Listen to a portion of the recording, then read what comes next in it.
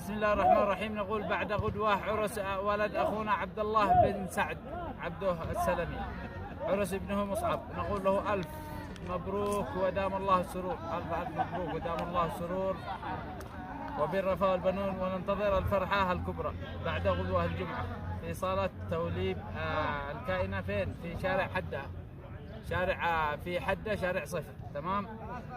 المهم يا مرحبا، ترحيب كلها طياب، طيب على طيب، أحلى من العنبر وأزكى من العود. اللي بيحضر عرس مصعب، كلهم أصحاب وقراب، وبحضورهم يزداد أفراح والهناء والعود. مرحبا 100 مرحب والعطر يوصل للركب، مرحب 100 مرحب والعطر يوصل للركب، ترحيب فيها جميع الورد والعود.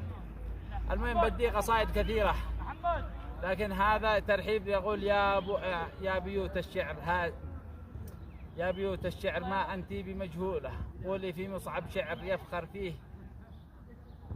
يفخروا فينا. الشعر قبل العرس يكون ترحيب قوله، مثل من يغلب بوسط الماء بيدينا. الشغل والتفكير والهوجس